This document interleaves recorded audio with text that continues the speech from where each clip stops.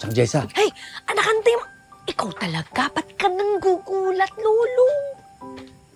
Chang, Oh, tatanong ko lang naman sana kung kasado na ba yung plan natin. oo, kasado na yun. Areglado na yun. Wala ka nang poproblemahin. Andito lahat sa ilalim.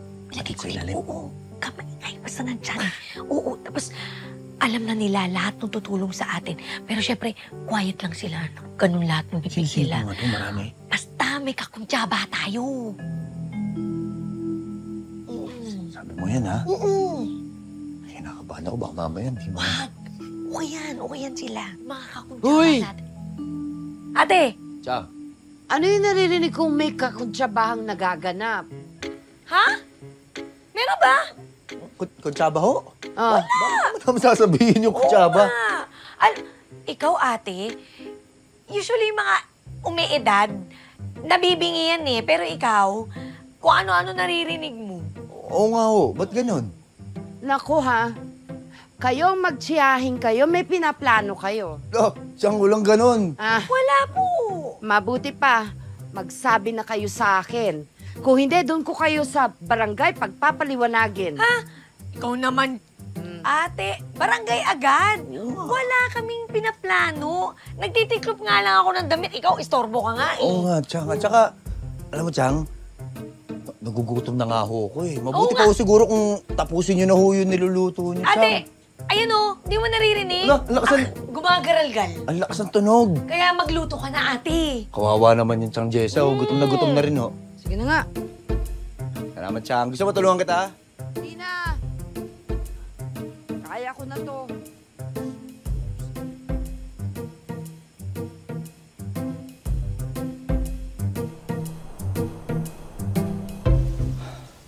Handa na ho ko, Boss Kanor.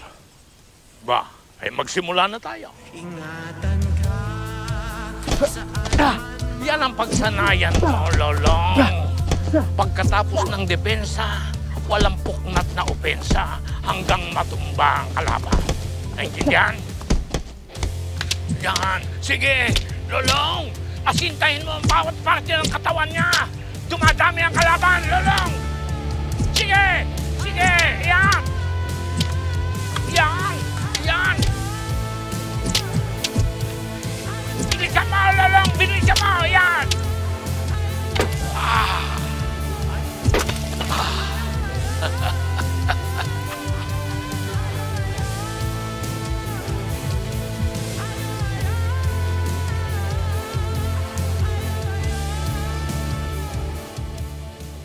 O ano nangyari? Naglaban kayo ulit? Buti nakauwi ka pa ng buhay. May plano tayo. Kasama yung matandang yon, Long? Ano, nagtiwala ka sa kanya? Naniniwala ka sa kanya? Kailangan natin ipaalam sa mundo mo kung gaano kahalimaw ang inaakala natin na mahamdo pa. Si Julio Figueroa. Babanggain mo si Julio Figueroa, Long. Nababalyo ka na ba? Si Julio Figueroa, Long. Nababalyo ka na ba? Kailangan natin protektahan ang mamahal natin sa buhay ngayon, Martin.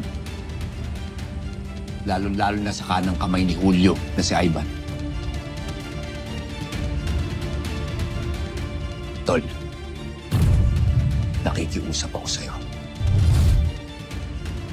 Kailangan mo protektahan si Elsie habang wala ako.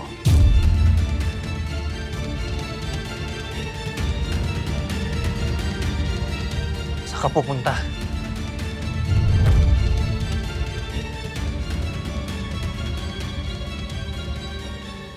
Sa pugad ng mga demonyo. Magsasanipuwersa na ang mga kampo ng kasamaan. Julio! Ito si Lizardo. Yan ang gusto ko sa'yo eh. Bakit? May panapat ka kay Lizardo?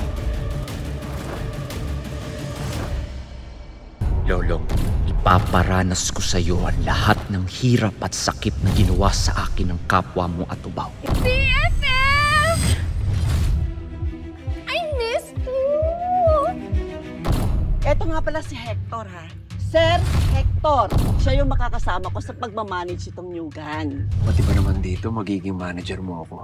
Manager ka ba niya dati? Oo. Pero tinanggal ko dahil bida-bida. Wala namang ibubuga. Daming tao dito sa plaza. Mahihirapan tayo mga matubaw. Madali lang yan. Sugatan natin silang lahat. Magandang gabi! Mga taga-tumaan!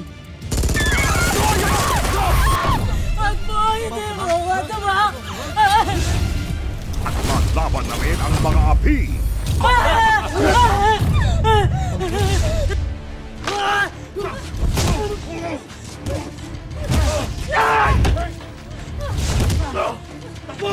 Ano na ba ang plano mo? Papasukin ko na ang kuta ng mga kalaban. Galing mo, Tutol. Kung ngayon lang, huwag mong wawalain yan. Yan lang ang pag-asa naming mahanap ka. Ito na ang labangang gabi ng paghihiganti. Bakit hindi mo sadyain magpahuli? Sadyain mo magpahuli para malaman natin kung saan nila dinadala yung mga kinukuha nilang atubaw. Palayain niyo siya! Ate, tama na! Hindi ko kailangan ang pera.